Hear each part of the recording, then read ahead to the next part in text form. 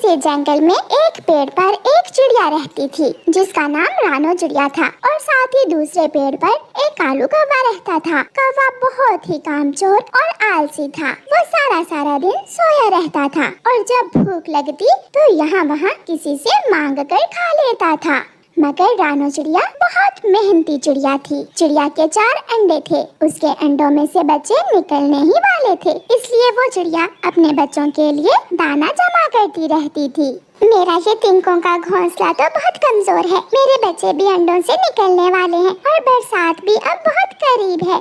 ऐसा सोचकर चिड़िया अपने लिए लकड़ियों का पक्का घर बनाने का काम शुरू करती है और कुछ ही दिनों में अपने लिए लकड़ियों का पक्का घर बना लिया। अब चिड़िया को बरसात की कोई चिंता न थी। उसके चारों अंडे पक्के घर में बहुत सुरक्षित थे। दूसरी तरफ आलसी कौवे को कोई चिंता न थी। एक दिन रानो चिड़िया कालू कौवे के पास आती है। कौवे भैया, इतना आलसीपन भी ठीक नहीं। हर समय आराम करते हो। बरसात का मौसम आने वाला है, तुम भी मेरी तरह अपना पक्का घर बना लो। अरे अरे छोटी चिड़िया, तुमने अपना घर पक्का कर लिया तो क्या हुआ? मुझे क्यों भाषण देने आ गई हो? जाओ जाओ, मेरा ये तिनकों का घोंसला ही ठीक है। जब बारिश होगी तो मैं देख लूँगा। कौवे की ये बात सुनकर चिड़िया निराश होकर अपने घर आ जाती है। दिन गुजरते गए और चिड़िया के अंडों से 4 सुंदर से बच्चे निकलते हैं। चिड़िया बहुत ही खुश थी। बारिश आने ही वाली है। मेरे बच्चे अब मेरे पक्के घर में मजे से बैठकर बारिश देखेंगे, मेरा जमा किया हुआ भोजन खाएंगे।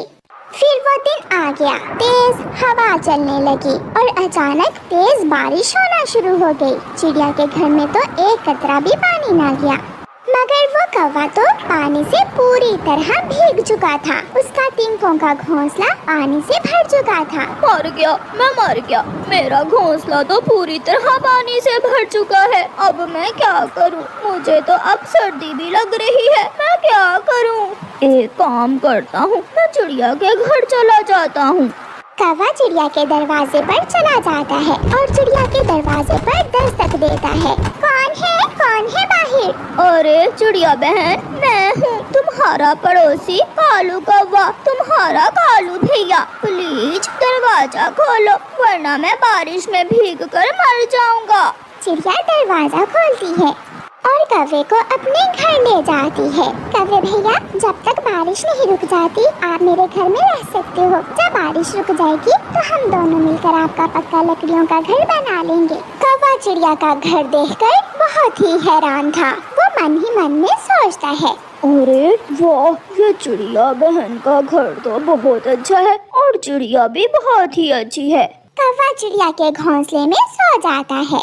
3 दिन बाद बारिश रुक जाती है और मौसम बहुत ही खूबसूरत हो जाता है। अच्छा मौसम देखकर चिड़िया कौवे के पास आती है। कौवे भैया, बुरा मत मानना, अब बारिश रुक गई है। अब हम दोनों मिलकर आपका पक्का घर बना लेते हैं। कौवा तो बहुत कामचोर था। चिड़िया की ये बात सुनकर कौवा बहुत परेशान हो जाता है। यहाँ तो बहुत सुकून था, मगर अब ये चिड़िया मुझे यहाँ से निकाल देगी। कौवा बहाना बनाते हुए चिड़िया से कहता है, चिड़िया बहन, बारिश के कारण मुझे बुखार हो गया है। मैं आज कोई काम नहीं कर सकता। मुझे माफ करना कौवे भैया, मैं नहीं जानती थी कि आज आप बीमार हो। जब आप ठीक होंगे तो फिर हम आपका पक्का घर बना लेंगे। अच्छा कौवे भैया, मैं एक काम से बाहर जा रही हूँ, मेरे बच्चों का ध्यान रखना। हाँ हाँ चिड़िया, आप जाओ, मैं आपके बच्चों का अच्छे से ध्यान रखूंगा। चिड़िया घर से बाहर चली जाती है और कौवा आराम से सो जाता है। चिड़िया के बच्चे खेल रहे थे और शोर कर रहे थे। बच्चों की आवाज की वजह से कौवा जाग जाता है और गुस्से में आ जाता है। छोटी चिड़िया के छोटे बच्चों, तुम सब चुप कर जाओ, मुझे नींद आ रही है और तुम हो कि चूं चूं ही किए जा रहे हो। अगर तुम चुप ना किए तो मैं तुम सबको चील के हवाले कर दूंगा। चिड़िया के बच्चे बहुत ही डर जाते हैं। चिड़िया जब वापस आती है तो कौवे ने चिड़िया के घर का सारा दाना खा लिया था। चिड़िया बेचारी भूखी ही सो जाती है। अगले दिन चिड़िया अकेले ही कौवे का घोंसला बना कर देती है और कौवे से कहती है, कौवे भैया मेरे साथ आओ, मैं आपको कुछ दिखाना चाहती हूँ। चिड़िया कौवे को साथ ले जाती है। देखो देखो कौवे भैया, मैंने आपका तिनकों का नया घोंसला बना दिया है। अब आप यहाँ रह सकते हो। कौवा गुस्से में आ जाता है और मन ही मन में सोचता है, ये चिड़िया तो बहुत चालाक निकली। अब मैं यहाँ कैसे रहूँगा? मुझे तो चिड़िया के पक्के घर में रहने की आदत पड़ गई है। चिड़िया वहाँ से अपने घर चली जाती है। शाम तक कौवा इधर उधर उड़ता रहता है और फिर रात हो जाती है। कौवे को अब उस घोंसले में नींद नहीं आ रही थी। आधी रात कौवा चिड़िया के घर जाता है। चिड़िया चिड़िया, मेरे घोंसले में एक कांटा है जो मुझे सोने नहीं देता। प्लीज आज की रात मुझे अपने घर में आने दो। चिड़िया जान जाती है कि कौवा तो उसे उल्लू बना रहा है। कौवे भैया आहिस्ता बोलो, मेरे बच्चे सो रहे हैं। तुम ऐसा करो, आज की रात पेड़ की डाल पर बैठकर गुजार लो। कल मैं तुम्हें अपने घर में आने दूंगी। फिर कौवा सारी रात जाग कर गुजारता है। दूसरे दिन कौवा फिर से चिड़िया के घर जाता है। चिड़िया चिड़िया, मुझे बुखार हो गया है और मेरे सर में बहुत दर्द है। मुझे अपने घर में आने दो। कौवे मेरे बच्चे नहा रहे हैं। बच्चे नहा ले, खाना खा ले, फिर ही मैं दरवाजा खोलूंगी। कौवा भी जान जाता है कि अब चिड़िया भी उसकी बातों में आने वाली नहीं है और कौवा अपने घोंसले में जाकर ही सो जाता है। शायद अब तो कौवा काम करने लगेगा, क्योंकि कौवे को पता चल गया था कि अब चिड़िया उसकी बातों में नहीं आएगी। कालू कौवे के जंगल में दाना पीसने की चक्की थी। वो अपनी आटा बनाने वाली चक्की के पास बैठा हुआ था कि तोता वहाँ आता है। कालू, ये लो अपना बिजली का बिल। गंदी शक्ल वाले, कोई मनहूस खबर ही लेकर आया करो तुम। गुस्से में कालू कौवा अपना बिजली का बिल देखता है और अपना सर पकड़कर बैठ जाता है। 5,000 5,000 बिजली का बिल आ गया है। इतना तो मैंने पूरे महीने में कमाया भी नहीं था। अब गोरी से पैसे मांगूंगा तो वो लड़ाई शुरू कर देगी। कालू कौवा बिजली का बिल अपने हाथ में पकड़े घर जाता है। कालू जी, आगे हो, मैं तुम्हारा ही इंतजार कर रही थी। मैं शहर वाले जंगल जा रही हूँ। वो मेरे पास जो इस महीने का मुनाफा जमा है ना, मैं उससे अपने लिए एक हार लेने जा रही हूँ। गोरी कौवी एक ही सांस में अपने पति कालू कौवे से ये सब कहती है। 5,000 बिजली का बिल आ गया है। हार कहाँ से लोगी तुम? तुम्हारे पास कितने पैसे हैं? 5,000? मतलब इस बार भी मैं अपना हार नहीं ले सकूंगी। मेरे पास तो केवल 4,000 रुपए हैं। बिजली का बिल तो सारे पैसे जमा करने से भी पूरा नहीं होगा। कल की तारीख आखिरी है। गोरी, कोई जुगाड़ लगाओ।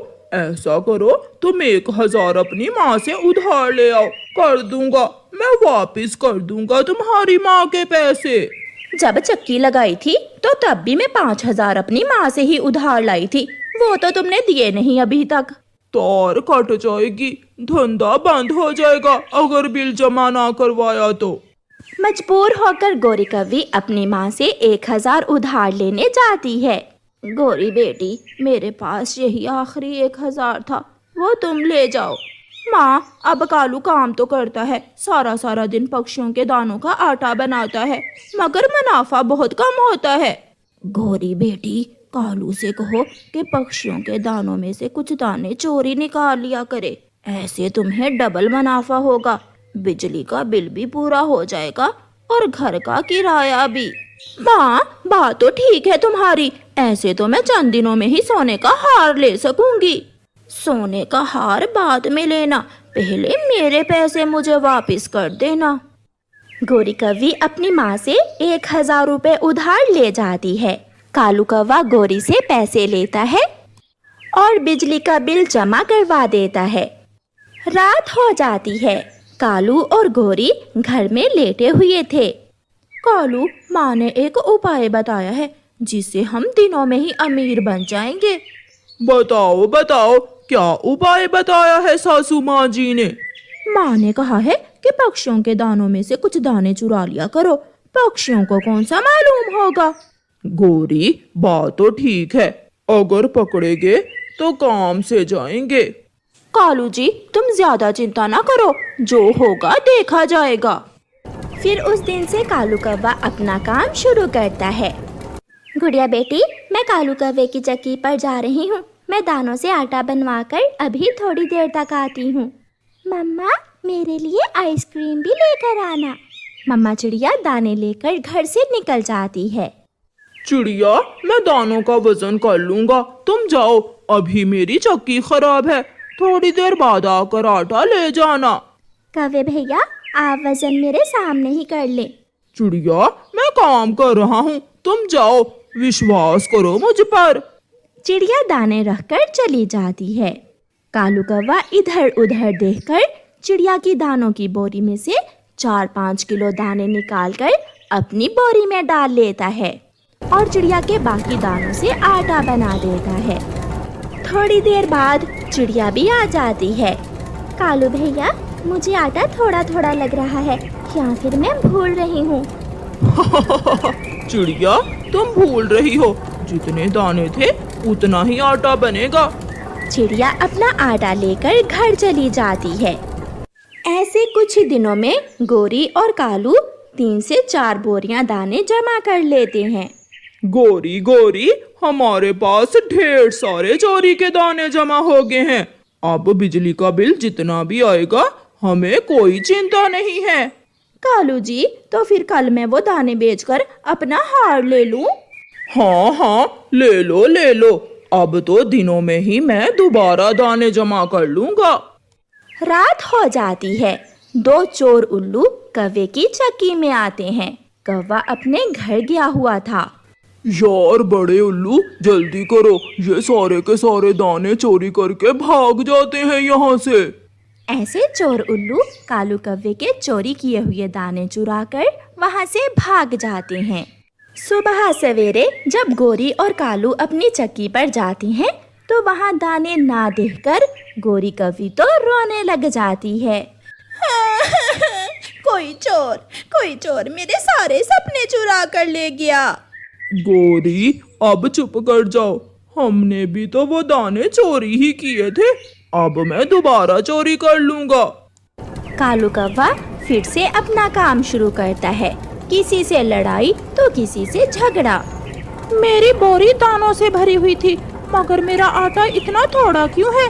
बताओ बताओ कौवे, तुमने मेरे दानों से दाने क्यों चुराए हैं? शर्म करो तोते, मैं मेहनत से काम करता हूँ, मैं कोई चोर नहीं हूँ जो तेरे दाने चुराऊंगा। मैं बताऊंगा, मैं सबको बताऊंगा कि तुम पक्षियों के दानों से दाना चुरा लेते हो। तोता गुस्से में वहाँ से चला जाता है। कबूतर कबूतर यार, चिड़िया, वो कौवा चोर है, वो अपने काम में चोरी करता है। जो पक्षी कौवे से आटा बनवाने जाता है, वो उसके दानों में से दाना चुरा लेता है। मुझे तो उसी दिन उस कौवे पर शक था, मगर मैंने सोचा मेरा वहम होगा।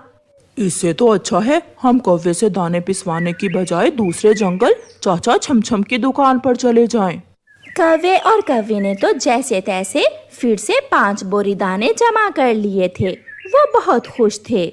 गोरी, कल हम ये चोरी किए हुए दाने बेचकर बिजली का बिल जमा करवा देंगे, और बाकी के पैसों से मैं अपना सोने का हार तो जरूर लूंगी। अच्छा अच्छा, ले लेना। मगर वो कौवे ये नहीं जानते थे कि वो लाख चोरियां कर लें, चोरी करने से वो कभी आगे नहीं बढ़ सकते। रात को तेज बारिश आती है और कौवों के चोरी किए हुए सारे दाने बारिश के पानी में बह जाते हैं। तेज बारिश में सब अपने अपने घरों में बैठे हुए थे, मगर कौवे बारिश के पानी में चोरी किए हुए दाने इकट्ठे कर रहे थे। कालू, ऐसी जिंदगी से तो मौत अच्छी। हम जितनी भी चोरियां करते हैं मगर हमेशा रुसवा ही होते हैं। प्यारे दोस्तों, इस कहानी को लाइक, अपने दोस्तों के साथ शेयर और चैनल को सब्सक्राइब करना बिल्कुल मत भूलना। आपका धन्यवाद।